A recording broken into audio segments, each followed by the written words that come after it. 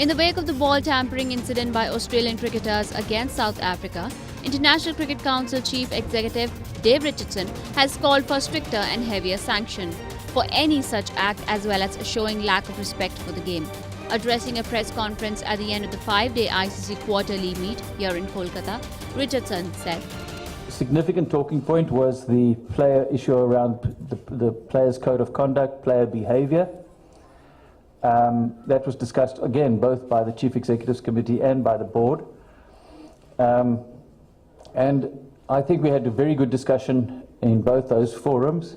There was clear direction received that we want to move towards stricter and heavier sanctions for ball tampering and all other offences actually that are indicative of a lack of respect for your opponent, for the game, for the umpires, for fans, for the media, etc. And that includes offences like using abusive language, sledging is another way that people refer to it, send-offs, once you've dismissed a batsman, telling him where exactly to go, dissent at an umpire's decision.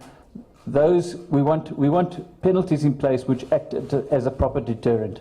Fines are not proving to be the answer, and what we will ask the Cricket Committee to do is review our current penalties related to each of those types of offences and come forward with recommendations to the Chief Executives Committee and the board in June and July. That Cricket Committee will be bolstered by the likes of, we're just putting together a panel, we're trying to confirm availability, but the people we're trying to get in place there are people like Richardson, Alan Border, Sean Pollock, to help us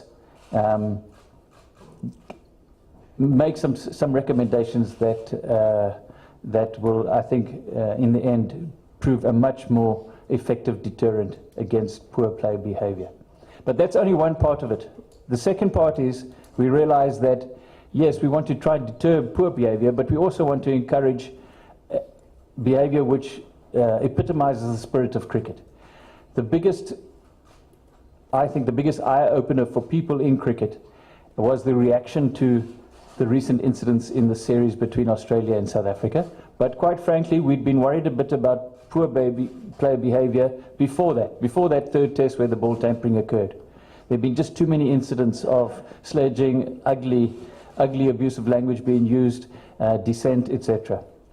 And what we need to try and do is we've got the spirit of cricket in the laws, but what does that mean? We need to define what it means in this modern day and age. And both the Chief Executives Committee and the board were very supportive of trying to develop a culture of respect across the game, both on the field and off the field. IANS report.